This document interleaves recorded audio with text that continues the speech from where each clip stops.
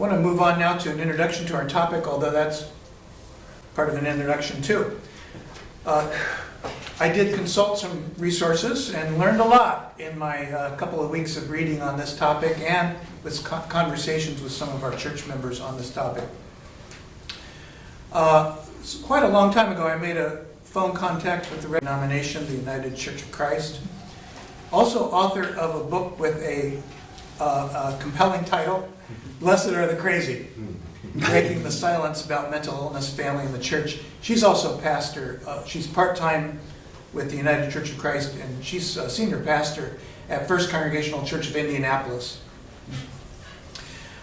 And she referred me first and foremost to Nancy Iceland's book, The Disabled God Toward a Liberatory Theology of Disability. You know, pastors, when we graduate from seminary, we should never stop reading. And a lot of pastors don't do enough reading because theology and church life is always developing and changing. And when I was in seminary in the early 80s, liberation theology was key. It was the key means of theological education at Harvard Divinity School. But liberation theology began in 1968 when Latin American bishops gathered in Medellin, Colombia, to say that God is on the side of the poor, period.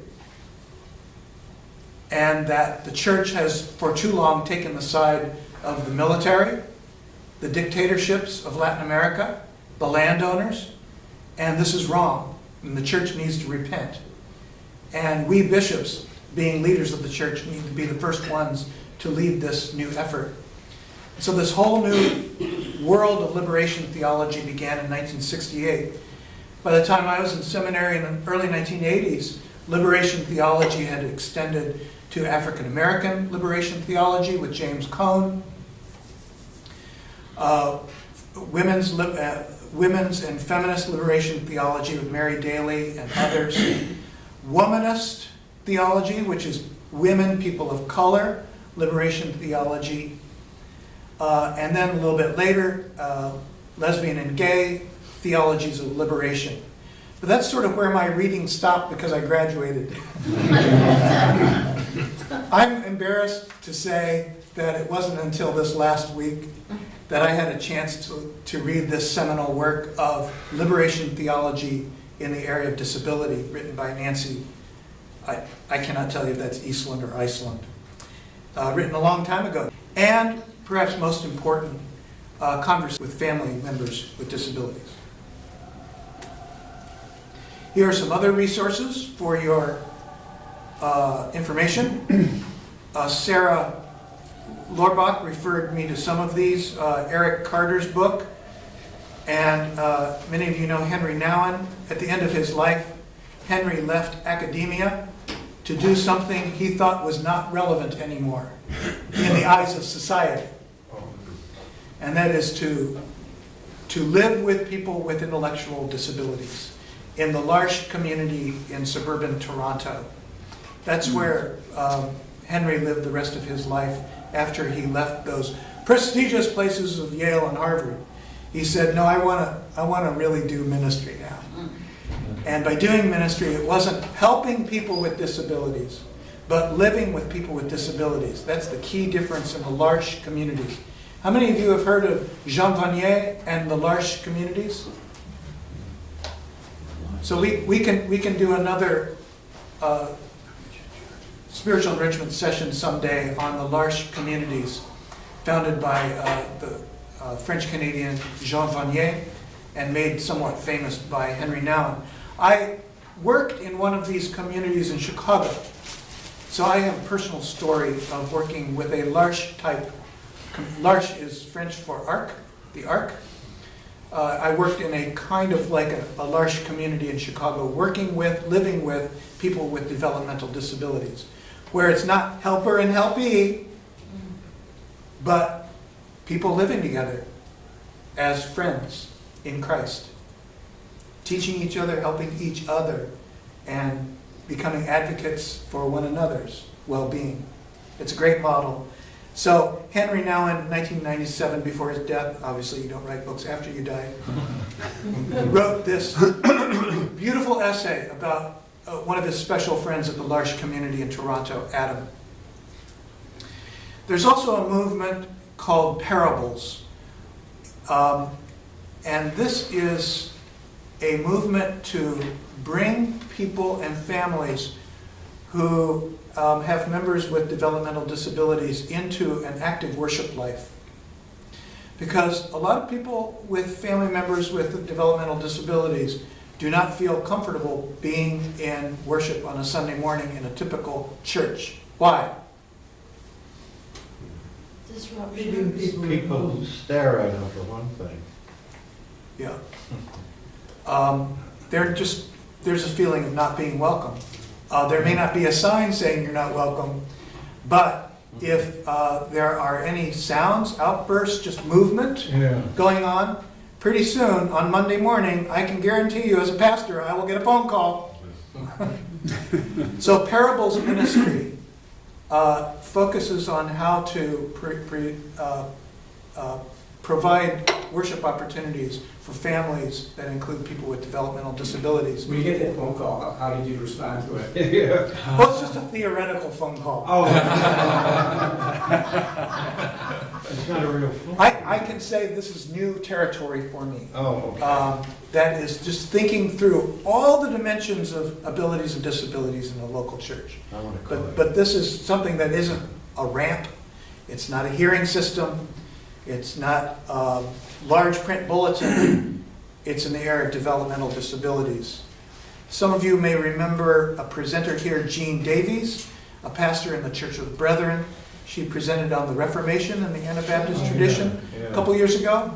Jean is a pastor of a Parables congregation in Lombard, in the neighborhood where Vince and I happen to live. There's also these websites here and many more. All the church literature that I consulted. Here's her thesis. Jesus is the disabled God. Wow. Just imagine those words. Christ is raised with his wounds and appears with his wounds. Is that in the Bible? Is that in the resurrection stories? Or do Jesus' wounds go away? No, He still has Still has them. Yeah. He comes to the disciples and says, "See my hands." Precisely. It's very specific. Yeah. So Iceland, did I say Eastland? Christ's body is survive. Nancy says Christ's body is survivable. Survivable. Not deficient or deformed. Is that one of the labels, stereotypes that we put on people with disabilities? Deficient, deformed. Not quite right. Christ does not hide his wounded parts. They are necessary for his wholeness. They're necessary for his emergence from the tomb, for his presentation of himself to the disciples, and for his ongoing work, and his nature as a fully resurrected divine being. Likewise, Nancy says, the body of Christ, the church, is complete only when all its parts are present, visible, and included in the whole. She corrected Christ's display of impaired hands and feet and side, suggests a human God who not only knows injustice and experiences the contingencies or limitations of human life, but also reconceives perfection. Reconceives perfection as unself-pitying, painstaking survival. No pity here. Jesus says, here I am. As I am. Just as I am. And I'm okay. I'm resurrected. I'm God. The resurrected Jesus is presenting impaired hands, feet, and side to be touched by frightened friends, alters the taboo of physical avoidance of disability, and calls for followers to recognize their connection and equality. At the very point of his physical impairment, see my hands and my side and my feet. Touch them. Join me in this work of God on earth. Christ's disfigured side bears witness to the existence of hidden disabilities. What's an example of a hidden disability? Mental. Mental illness. Can be. A mental illness is not always evident. Your digestion disorder. Stomach or issues. Stomach Yeah. issues. Yep, in the books I read, Crohn's disease is given as a good example of a hidden disability. Jesus says, here it is. I acknowledge what is for some people hidden. It becomes a new model for wholeness and a symbol of solidarity. So if Jesus is broken, if Jesus is disabled, then disabilities, people with disabilities, which is that just them, or is that us, or is that all of us? Then we are all the body of Christ. Wounded and resurrected at the same time. It's very inspiring. It preaches. What else have I learned? Here's a definition of disability. Apparently Canada does not yet have its own ADA. I didn't know that, but that's what's suggested in this magazine. But here's a definition in the proposed ACA, which in the US means something else. Could you translate the alphabets? ACA, Accessible Canada Act, but I said in the United States that means Affordable Care Act. Sorry to be obscure. I'm trying to be a little humorous. There's a definition.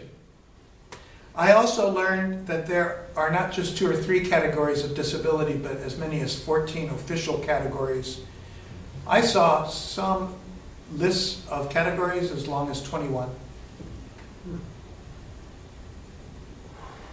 So this is not hard and fast. When I worked at a large type home in Chicago, the term, and this was in the, when did I work there? Mid-90s. The term mental retardation was still the official term from the state of Illinois. Carol, is it still the official term? No. Okay. Either intellectual disability or cognitive impairment. Okay. Okay, got those? Sure. What else have I learned? This is from what used to be called the Centers for Disease Control, is now called Centers for Disease Control and Protection. Their prevention. Their lead line here is disability impacts all of us.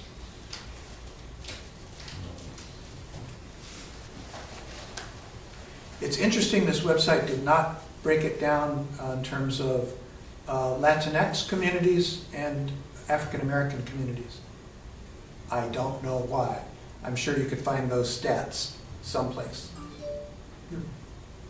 The last point here, I read that in several places.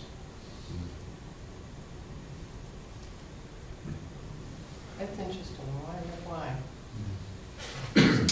It does make one. The stats continue. So this is percentage of all adults who have this kind of disability. What strikes you as surprising on this list?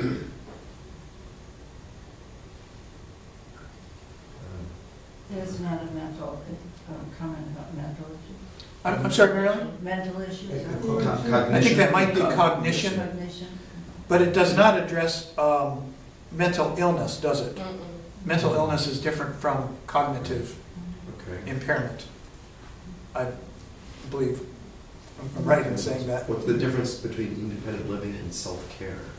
Yeah, good question. How was it defined? It could be,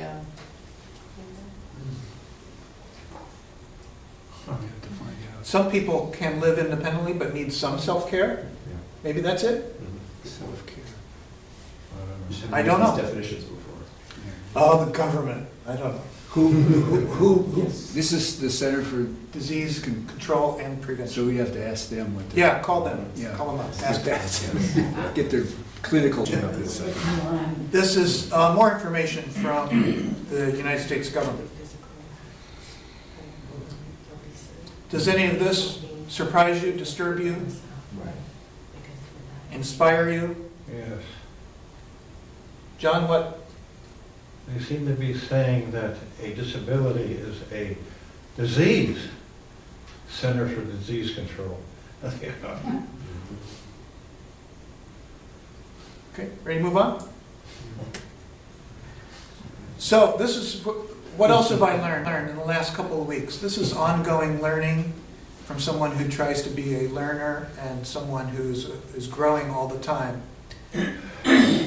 We have learned in our studies here at Winnetka Congregational Church about white privilege and what it means to move in the world as a person of European ancestry, that it can be different from someone who is not of European ancestry. It's also true that I move in the world differently as a man. And it's also true that to the degree that people don't know that I'm gay, I can move in the world differently as a person with perceived heterosexual privilege. The same concept is true then with disability. As a mostly able-bodied person, I enjoy privileges I am not usually aware of. I fail to notice concerns and issues that do not impact me or those I care most about. This is the principal barrier to building solidarity and understanding and sensitivity with people with disabilities. It's not my life. And part of our purpose in these 3 weeks is to make it more of our life, to build that awareness. But if you are like me, somewhat mostly able-bodied, that term kind of works well with you, there's a lot of learning to do. And so in my studies this week, and I share it with you for your benefit, I do not typically notice the font size of things that I read, although increasingly I do. But generally, with these I can get along. I do not notice the obscurity of sound. What? Scared. Yeah, what? Obscurity of sound. Thank you, Bob Lynn. I also don't notice what people with hearing impairment notice, which is when there's too much sound. Like the difficulty of zooming in on people, specific sounds that you want to hear. My dad had a severe hearing loss, and this was his problem with going out in public. It really hindered him from going out in public. Too much noise in a room. I do not notice stronger scents or the ingredients in food because I do not react to them.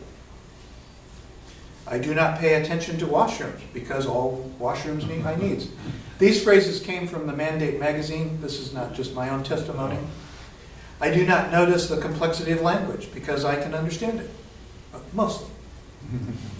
Although last week, Mel, there were some terms that you pretty challenging. I can keep up with a walking group no matter how fast they walk. I can, so I don't think about it. I do not have to advocate for my own accessibility, do I?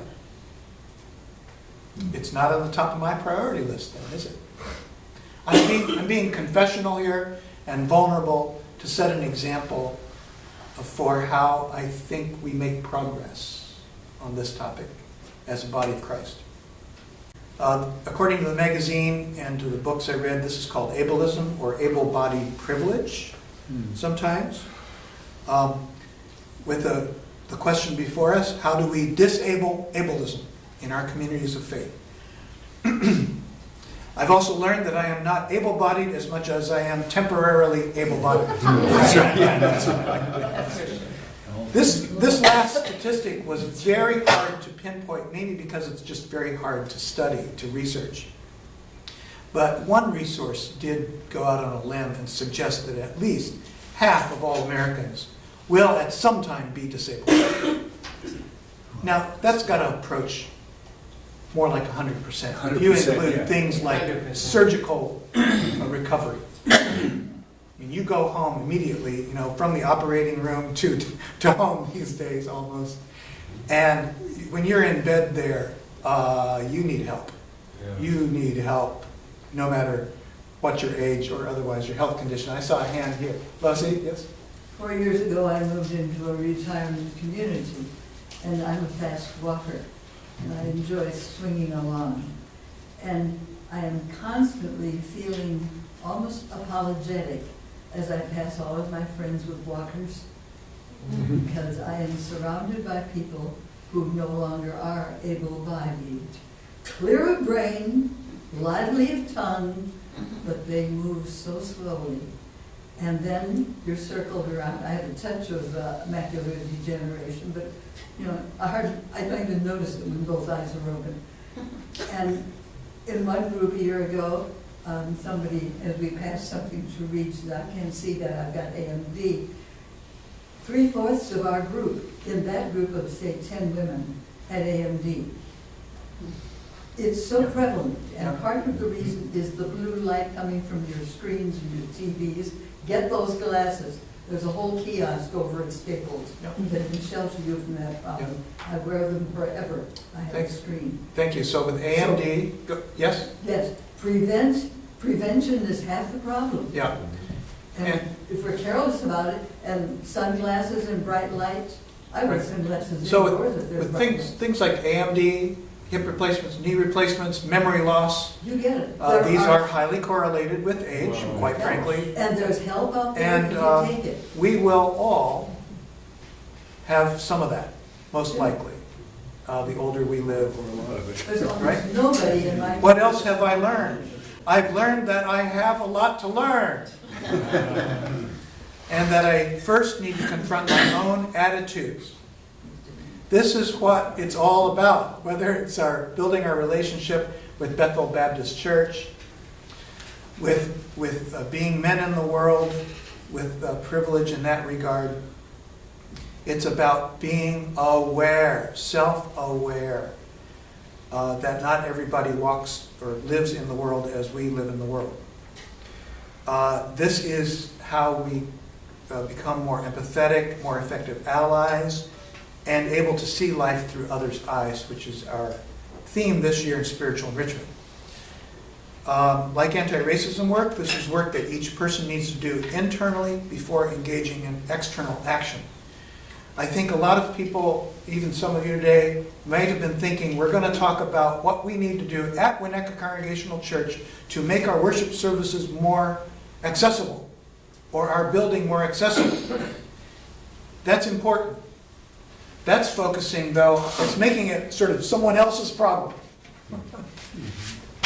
First comes conversion of heart, conversion of self. To be engaged in this struggle for the long term. It starts with the self. That's why it's spiritual work. That's why in church we have confession, repentance, and forgiveness, reconciliation, salvation, transformation. But although it's personal, it's also something we share together. It's also communal. So our prayers of confession and worship are not individual. They're what we do together. And we do corporate education about attitudes in other areas of life that I've identified already. We learn about people of other faiths, people who might be described as sexual minorities, and people who are not of European ancestry. Gandhi's quote is the one I want put on my tombstone. Be the change you wish to see in the world. Be it. Really good. Don't think about it, talk about it, or rush to do it. Be it. As the Buddhists say, don't just do something, sit there.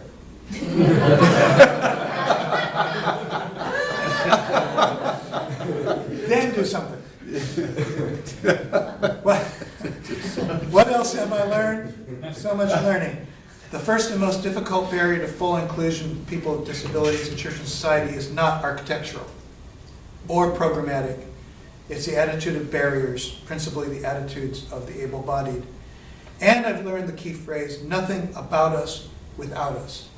This is apparently a key phrase of the disability rights movement. Nothing about us without us. Who is the us? All of us. Disabled. It's about people with disabilities. Don't be talking about us without us. Present, without our input, without our voices, without our actions. That's why the conversations I had with some of our own church members who deal with disabilities day by day in their own lives and families was important, and we will hear some of those voices this week. In that spirit, let's hear voices from those who know best. John and Carol are with us today. We have 17 minutes to hear about what it's like for them as parents of Ingrid, who has a developmental disability. And you are going to send me a photo of Ingrid. Did you do that? I sent 3 photos. We never know what life is going to toss to us. So when I was in college, I took a class and I had to go to a facility with very severely mentally handicapped children. And I was so turned off by it. I wanted nothing whatsoever to do with that. So I went on and I became a teacher, and one of the jobs I first got was teaching. First I taught elementary school, but then I got a job in the high school teaching cognitively impaired individuals. Then I became a psychologist because I was really interested, because I didn't think that their needs were being met and so on and so forth. So I became a psychologist and learned a lot more about it and did a lot of work in that area.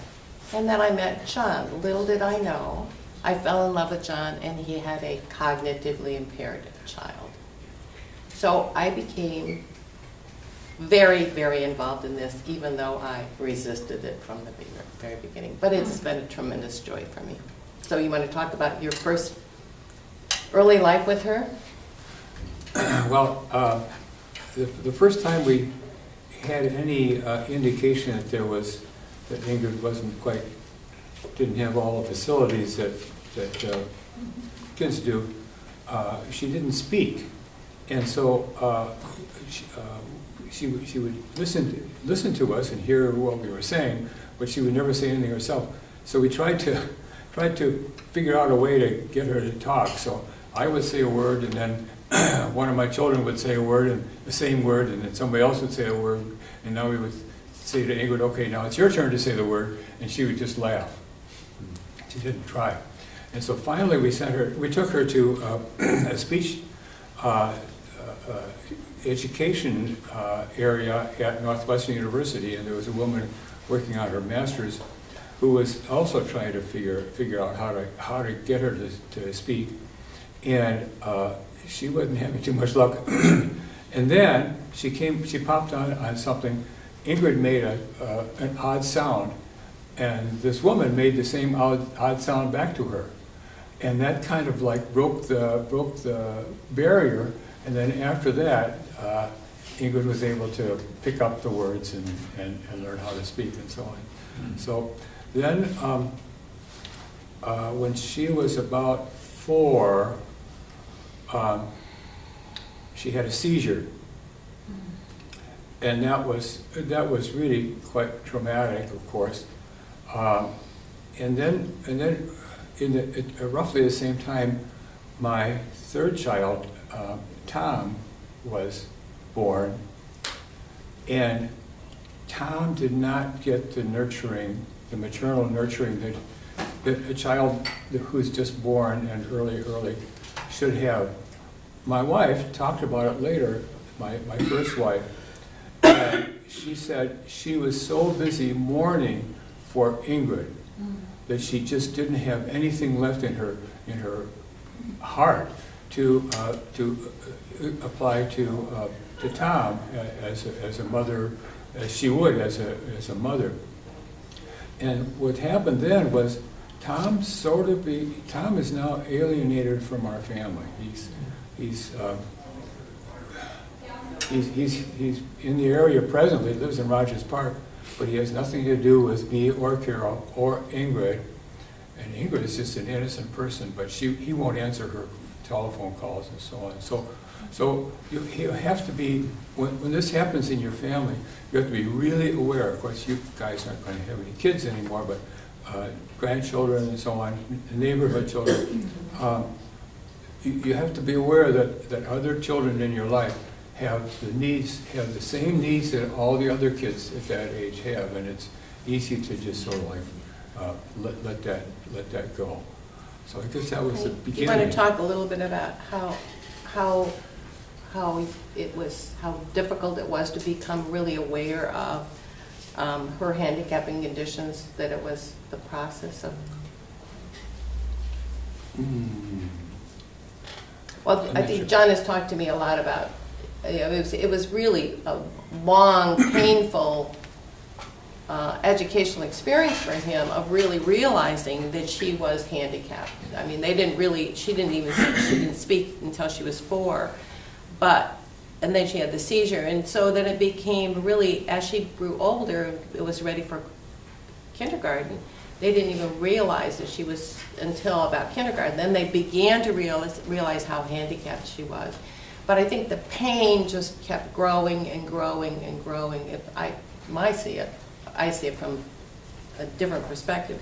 The pain just kept growing and growing, and then finally realizing that Ingrid would not reach the potential eventually.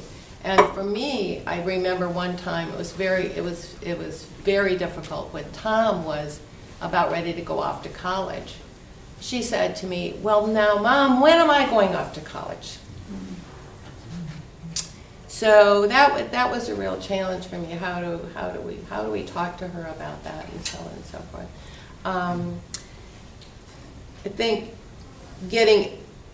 one of the things you really realize is John had to be an advocate for her all the way through. I mean, there was not a kindergarten program for her. They had to find a kindergarten program that was started by a group of parents. Then eventually the Chicago Public Schools was not paying for that. He had to fight with the Chicago Public Schools to get her placed, and then she went from Oak Therapeutic Day School into a Catholic school that was specialized for individuals with learning disabilities or with handicapping conditions. And then when I came into his life, it continued to be a fight. I realized, as I said, when I came into her life when she was 17. When she was 17, I walked into her life, and she had no friends. She had no social opportunities. She did not know how to choose her own clothing. She did not know how to prepare a simple meal. She didn't know how to find her way around the streets. So it was a lot of advocacy. And then when we went to the school, she was 17. She was ready to really think about. We needed to think about vocational training for her, and they supposed to reevaluate her because they didn't have vocational training for her. They were going to put her into a program for people that were much more impaired than she was, because that was the only program they had.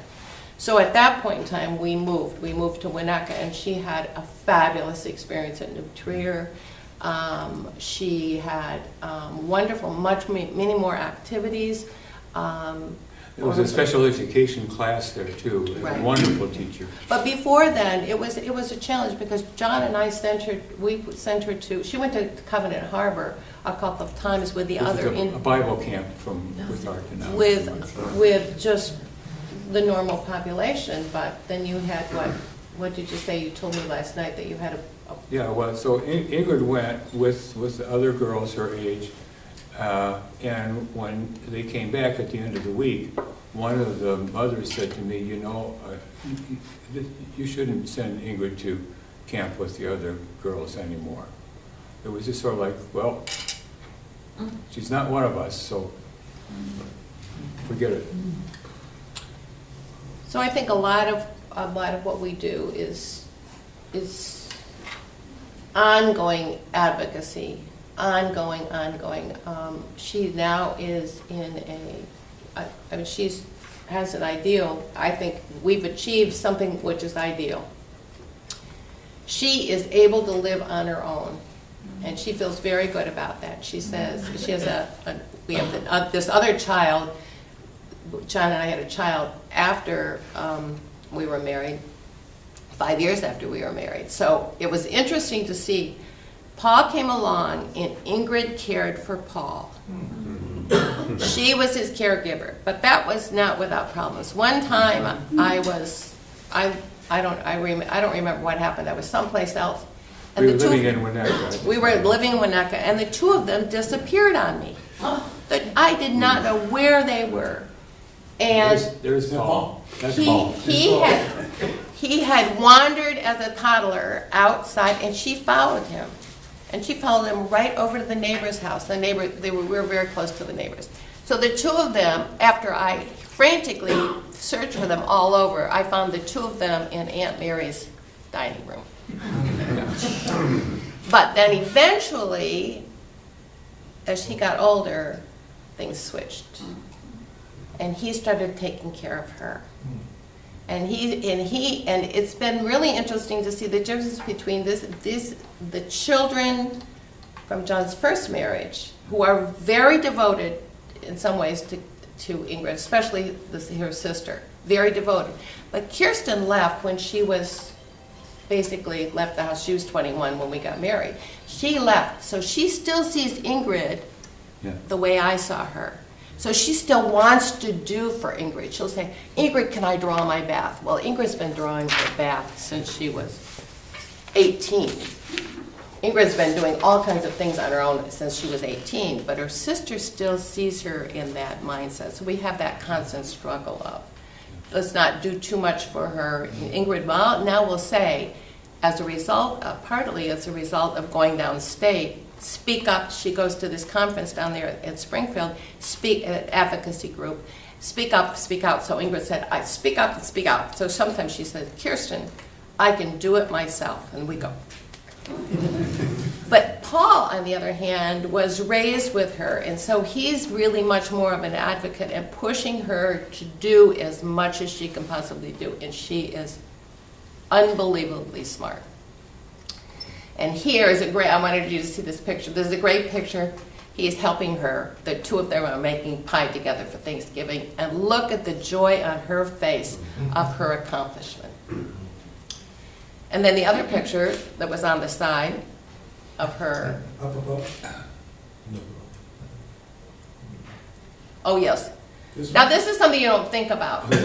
Fingernails, caring for herself. She did not want anybody to touch her. She's kind of sensitive, didn't want anybody to touch her fingernails. And she didn't want me to trim her nails or anything like that, but she'd rip her nails off, and she ended up with this huge infection.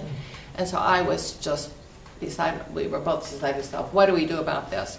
Well, one of the staff members where she lives took her to get her nails done, and it was she just did that for fun.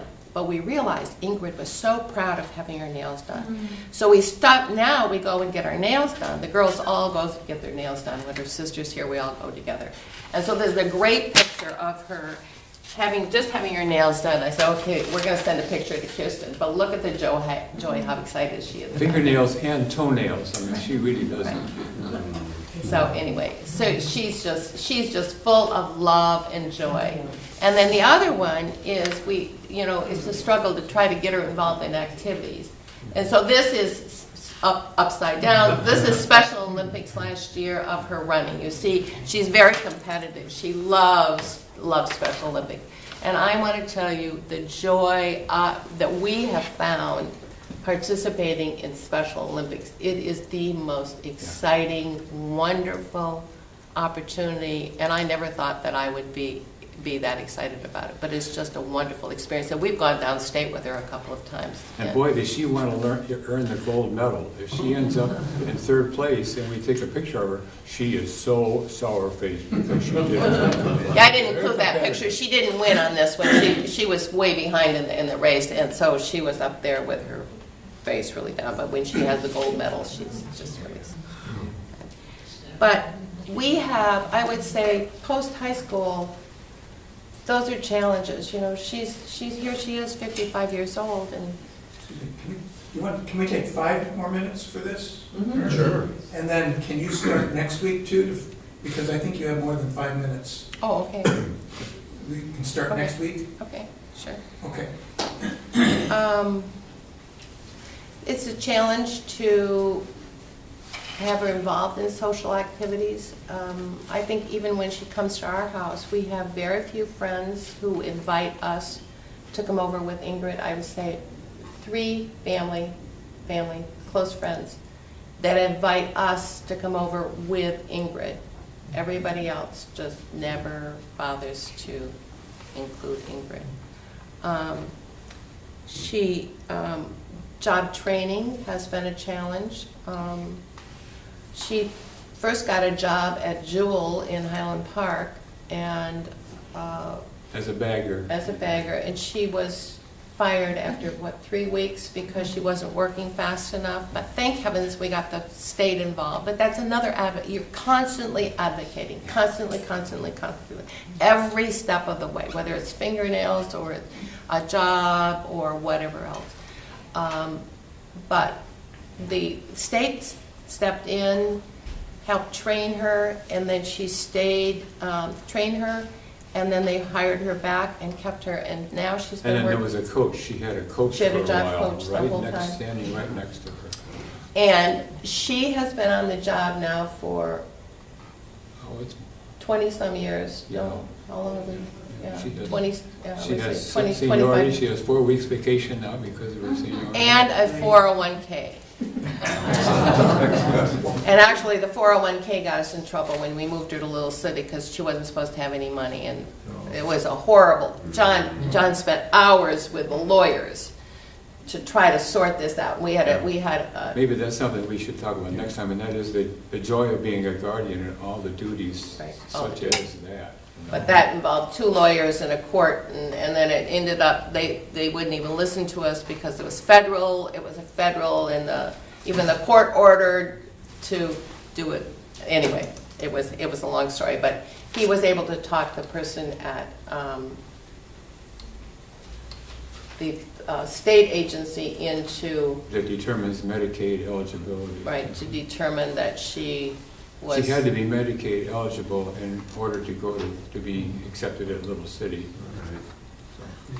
So he was able to convince them that that was not, those were not funds that were accessible to her. One definition of Medicaid is you can't have assets more than $2,000. But she has her own apartment, but the residential, I would say, one of our biggest problems is the state. The state of Illinois is probably the lowest funder in terms of disability, cognitive disability. So the organization, Little City, was started by a group of 70 parents, who realized that they needed to have services for their handicapping students, or their handicapping children, and so they bought 70 acres in Palatine. But I would say the funding, there's still, they have to fundraise. The fundraising has to come a lot from the community, from the parent. They have huge fundraisers every year because there's just not enough state aid. And the people that are hired, that are supposed to be caring for Ingrid and other people, they have a huge population of autistic children there, are not very well educated. They don't know about nutrition. They don't know about how to handle different things. It's a real challenge. So you are advocating every single day. Every single A lot of those week. people who work there are just simply have high school diplomas, and that's it.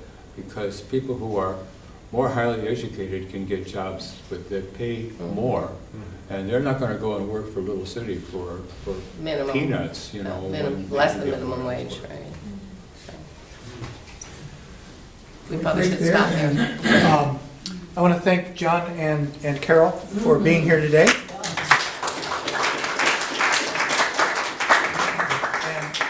I know you happen to be available next Sunday because we talked about this. So thank you if you don't mind continuing next week, Okay. because part of the reflection I asked for our presenters is to reflect on how the church and faith Yeah. have been helpful and not helpful. And that's part of your story. Right. Also, Sharon King will be a presenter next week in the area of hearing impairment. And I have some other perspectives from other church members to share with you as well. Nancy Iceland says that the key thing for the church is to get our own act together first, because we have power as a church family to make decisions that can go well and make the road smoother for people with disabilities, and we have power that it could go the other way. And we are a center of power, and so we need to use our power for liberation purposes for people with disabilities. That's why we are having this conversation these weeks. Thank you, and go in peace. Thank you. Not in pieces.